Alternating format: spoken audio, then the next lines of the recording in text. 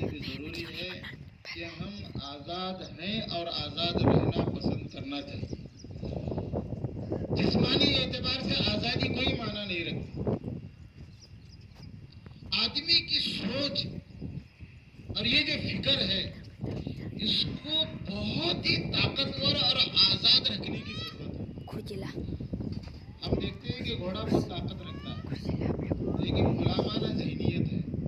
ایک چھوٹا بچہ بھی نکل پکڑ کر چلے گا تو اس کے پیچھے پیچھے چلنا شروع کرے. طاقت کے اعتبار سے بہت پاورفل ہے. 10-20 لوگوں کو تو یوں پچھاڑ دے گا لیکن ذہنیت غلامانہ ہے تو ایک چھوٹا بچہ بھی جو ہے نکیل پکڑتا ہے تو اس کے پیچھے جانا. ہمارا بھی اور ہماری قوم کا اور سماج کا بھی یہی حال ہے کہ ہم آج تک غیروں کے، انگریزوں کے نفسانی خواہشات کے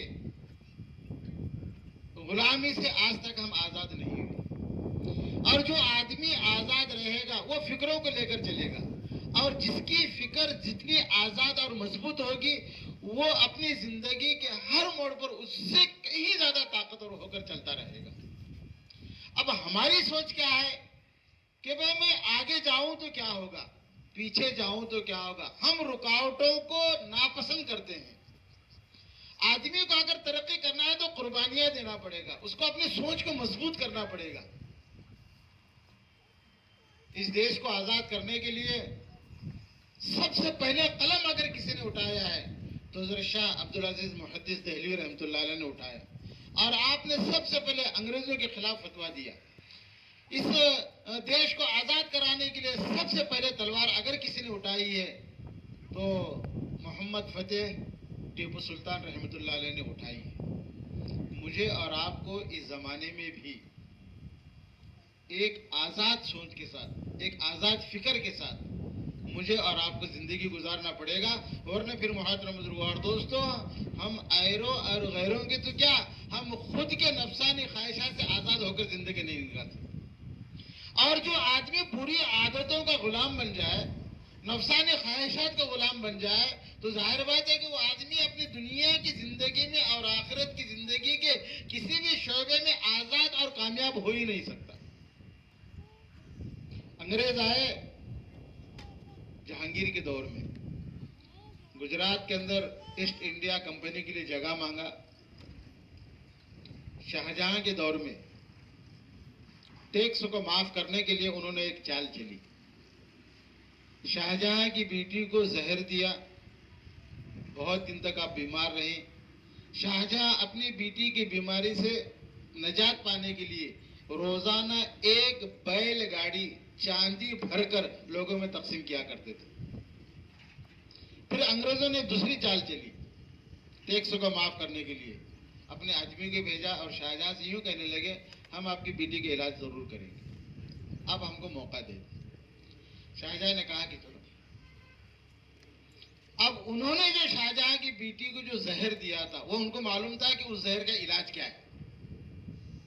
پھر اپنی حکم کے بھیجا اور اس زہر کا علاج اس کو اتروایا.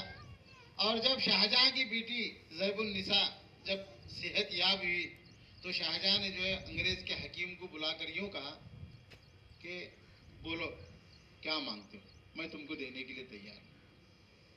انگریز کے حکیم اور ڈاکٹر نے کہا کہ بادشاہ سلامت مجھے کچھ نہیں چاہیے، میری قوم اور سماج کے لیے میں آپ سے ایک بات کہتا ہوں.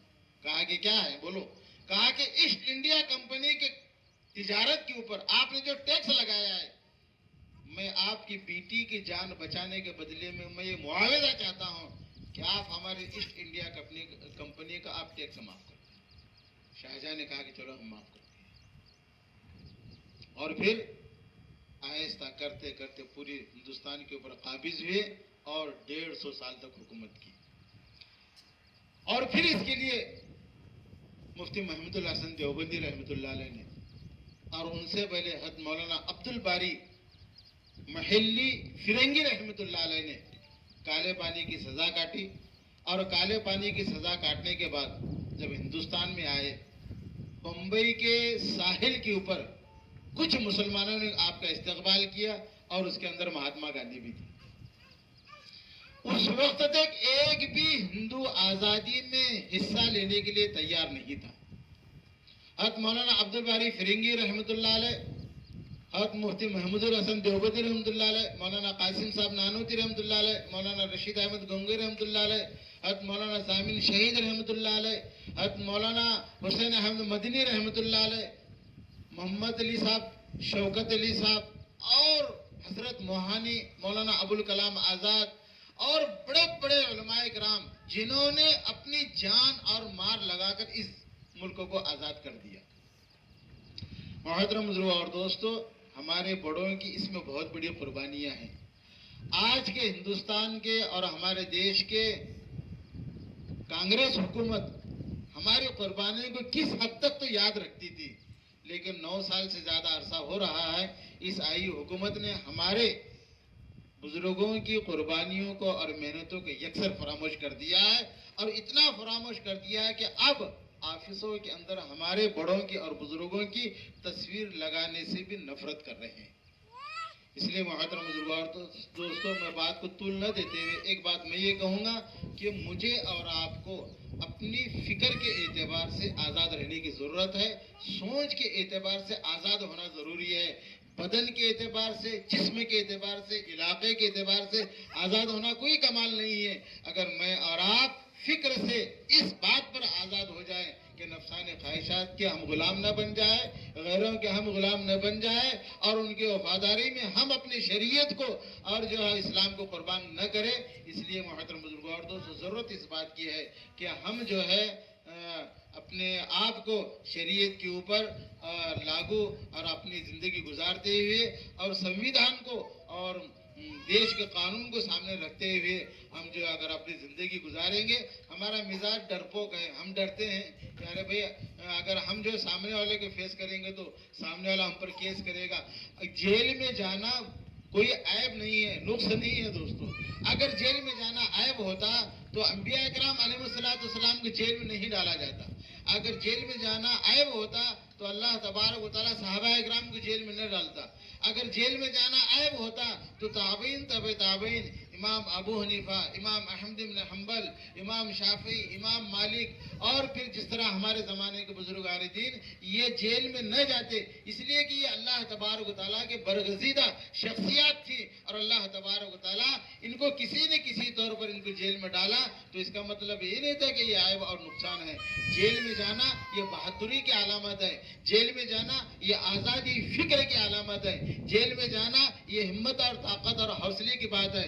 इसलिए मोहतरम बुजुर्गों और दोस्तों, आदमी अगर गुनहगार और मुजरिम है फिर जेल में जा रहा है तो शायद वहां पर उसकी इस्लाह और दुरुस्तगी होगी, लेकिन जो आदमी गुनहगार नहीं है और मुजरिम नहीं है और फिर भी जेल में डाला जा रहा है, तो फिर मोहतरम बुजुर्गों और दोस्तों, ऐसा जेल में जाना एक मुसलमान के लिए सीना तान कर जाने की ज़रूरत है और आज़ादी फिक्र के साथ जाने की ज़रूरत है। इसलिए दोस्तों, ज़रूरत इस बात की है कि हम सबको जो है इस बात का ख्याल रखें कि आज 15 अगस्त है और आज हमारा देश आज़ाद हुआ है, और ये सिर्फ और सिर्फ हमारे बुजुर्गों की और अल्लाह वालों की मेहनतों से और उनकी कुर्बानी से हुआ है। इसलिए तमाम हजरात से गुजारिश है कि हम खुद भी आज़ादी फ़िक्र के साथ रहें और हम अपने औलादों को और नस्लों को और हम अपने दोस्त अहबाब को चलते फिरते उठते बैठते इस बात पर तरगीब देते रहे कि हमको आज़ादी फ़िक्र के साथ हमको ज़िंदगी गुजारने की ज़रूरत है। अल्लाह से दुआ है कि अल्लाह तबारक व तआला हम सब को जो है आज़ादी फ़िक्र के साथ ज़िंदगी गुजारने की तौफीक नसीब फरमाए, हमारे मुल्क को सारी दुनिया में सबसे ऊंचा मकाम नसीब फरमाए, ताकतवर बनाए, और हमारा मुल्क सारी दुनिया अपने ही मुल्क में इंसाफ और अदल को लाने की कोशिश करे, और ऐसा इंसाफ और अदल हमारे मुल्क में कायम हो कि इसकी मिसाल सारी दुनिया ले, और सारी दुनिया के अंदर जो है हमारे मुल्क का और हमारे शरीयत का और इंसाफ को कबूल करना शुरू करे, पसंद करना हो, इस तरह की हम जिंदगी गुजारने की तौफीक नसीब फरमाए। व आखिर दावाना अल्हम्दुलिल्लाह।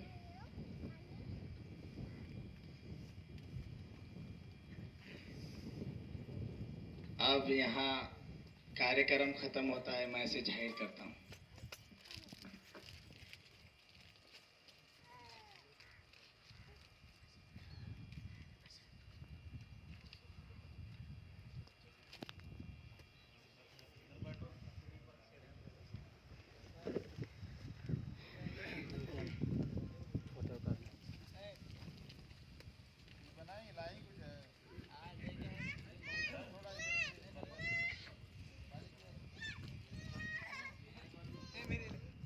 गुड्डे बा ए ले आएगा